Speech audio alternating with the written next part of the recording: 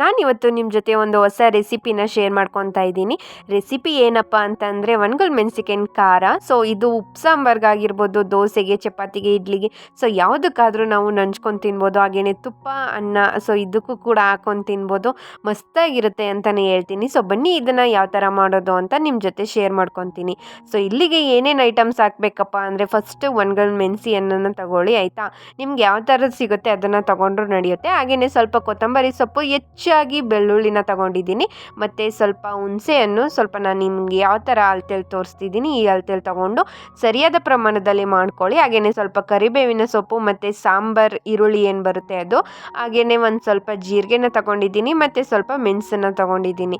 ಹಾಗೆಯೇ ಸ್ವಲ್ಪ ಕೊತ್ತಂಬರಿನೂ ತಗೊಳ್ಳಿ, ಅಂದರೆ ಕೊತ್ತಂಬರಿ ಸೊಪ್ಪು ಹಾಕ್ಕೊಂಡಿಲ್ಲ ಅಂದರೆ ಕೊತ್ತಂಬರಿ ಬೀಜ ಏನು ಬರುತ್ತೆ ಅದನ್ನು ಕೂಡ ಸ್ವಲ್ಪ ಫ್ರೈ ಮಾಡಿ ಇಟ್ಕೊಂಡ್ರೆ ನಡೆಯುತ್ತೆ. ಇವಾಗ ನಾನು ಒಣಗಿದ ಮೆಣಸಿಕಾಯಿಗೆ ಸ್ವಲ್ಪ ಗುಂಟೂರು ಮೆಣಸಿಯನ್ನು ಹಾಗೆ ಸ್ವಲ್ಪ ಬ್ಯಾಡಗೆ ಮೆಣಸಿಯನ್ನು ಎರಡನ್ನೂ ಕೂಡ ಮಿಕ್ಸ್ ಮಾಡಿದ್ದೀನಿ. ಅದನ್ನು ಸ್ವಲ್ಪ ಎಣ್ಣೆಯಲ್ಲಿ ಫ್ರೈ ಮಾಡಿ ಇಟ್ಕೊಂಡಿದ್ದೀನಿ.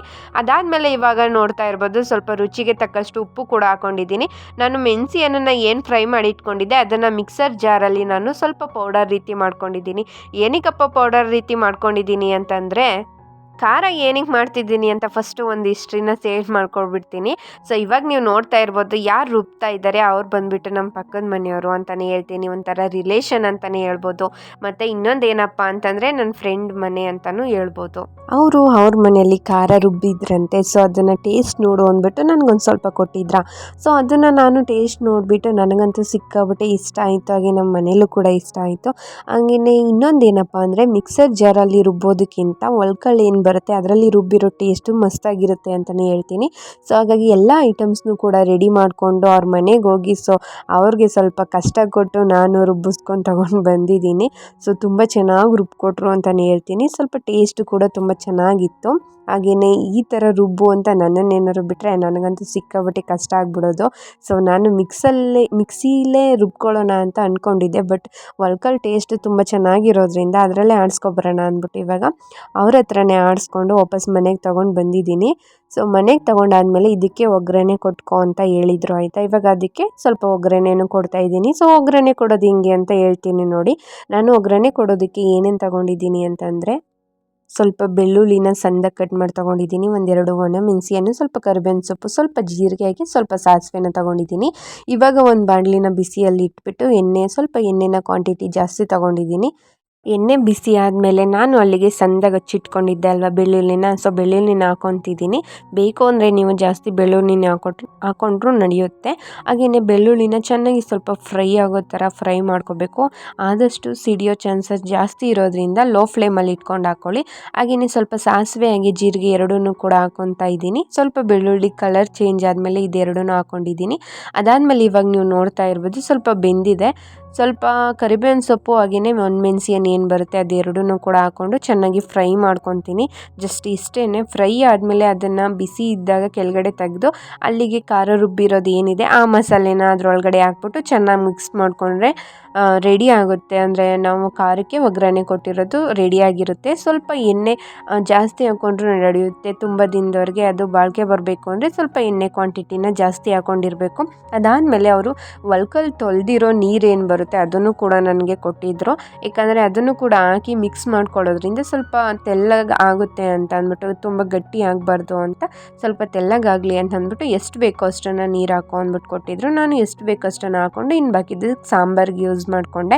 ಇವಾಗ ನೀವು ನೋಡ್ತಾ ಇರ್ಬೋದು ಎಷ್ಟು ಸೂಪರ್ ಆಗಿರೋ ಕಲರ್ ನೋಡ್ತಾ ಇರ್ಬೋದು, ಎಷ್ಟೊಂದು ಚೆನ್ನಾಗಿ ಕಾಣಿಸ್ತಾ ಇದೆ ಅಲ್ವಾ. ತುಂಬ ಚೆನ್ನಾಗಿತ್ತು. ಈ ಥರ ಒಮ್ಮೆ ಮಾಡಿ ಇಟ್ಕೊಂಡ್ರೆ ಪ್ರತಿಯೊಂದಕ್ಕೂ ಕೂಡ ಯೂಸ್ ಆಗುತ್ತೆ. ಯಾರಾದರೂ ಉಪ್ಪು ಸಾಂಬಾರು ಜಾಸ್ತಿ ತಿನ್ನೋರಿದ್ರೆ ಅವ್ರಿಗೆ ಯೂಸ್ ಆಗುತ್ತೆ. ಹಾಗೆಯೇ ಸ್ವಲ್ಪ ಟೇಸ್ಟ್ ಇಲ್ಲ ಖಾರವಾಗಿ ಏನಾದ್ರು ಬೇಕು ಅಂದರೆ ಈ ಥರ ಖಾರ ಮಾಡಿಕೊಂಡ್ರೂ ನಡೆಯುತ್ತೆ. ಇದನ್ನೆಲ್ಲ ಮಿಕ್ಸ್ ಮಾಡಿದಾದಮೇಲೆ ಸ್ವಲ್ಪ ಅದು ಕೂಲ್ ಆಗೋದಕ್ಕೆ ಬಿಟ್ಟಿದ್ದೆ. ಬಿಸಿ ಇರುತ್ತೆ ಅಲ್ವಾ, ಸೊ ಹಾಗಾಗಿ ಅದು ಎಲ್ಲ ಚೆನ್ನಾಗಿ ನೆನೀಲಿ ಹಾಗೆಯೇ ಆರಲಿ ಅಂತ ಅಂದ್ಬಿಟ್ಟು ಅದನ್ನು ಬಿಟ್ಟಿದ್ದೆ. ಸೊ ಇವೆರಡು ಬಾಕ್ಸನ್ನು ತೊಗೊಂಡಿದ್ದೆ ನಾನು. ಫಸ್ಟು ವೈಟ್ ಕಲರ್ದು ಏನಿದೆ ಅದಕ್ಕೆ ಸಾಕಾಗಿಬಿಡುತ್ತೆ ಅಂದ್ಬಿಟ್ಟು ಅದನ್ನು ಎತ್ತಿಟ್ಕೊಂಡಿದ್ದೆ.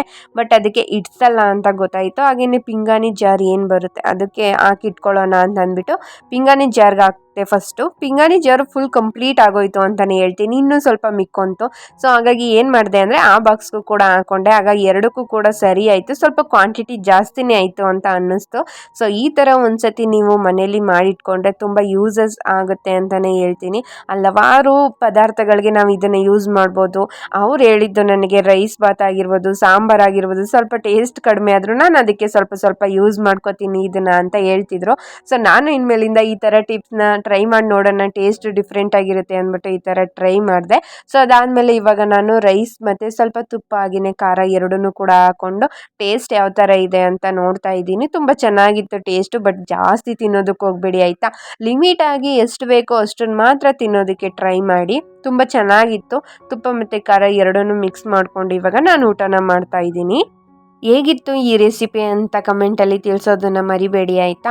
ಇವತ್ತಿನ ಈ ವಿಡಿಯೋ ಇದಾಗಿತ್ತು. ಐ ಹೋಪ್ ಈ ವಿಡಿಯೋ ನಿಮ್ಗೆ ಇಷ್ಟ ಆಯಿತು ಅಂತ. ಸೊ ಇಷ್ಟ ಅಂದರೆ ಪ್ಲೀಸ್ ಒಂದು ಪುಟ್ಟ ಲೈಕ್ ಮಾಡಿ, ಶೇರ್ ಮಾಡಿ, ಕಮೆಂಟ್ ಮಾಡಿ, ಹಾಗೆಯೇ ಸಬ್ಸ್ಕ್ರೈಬ್ ಮಾಡ್ಕೊಂಡು ವಿಡಿಯೋನ ನೋಡಿ ಅಂತ ಹೇಳ್ತಾ ಸಿಗ್ತೀನಿ ನೆಕ್ಸ್ಟ್ ವಿಡಿಯೋದಲ್ಲಿ. Take care, bye bye. Thanks for watching my video.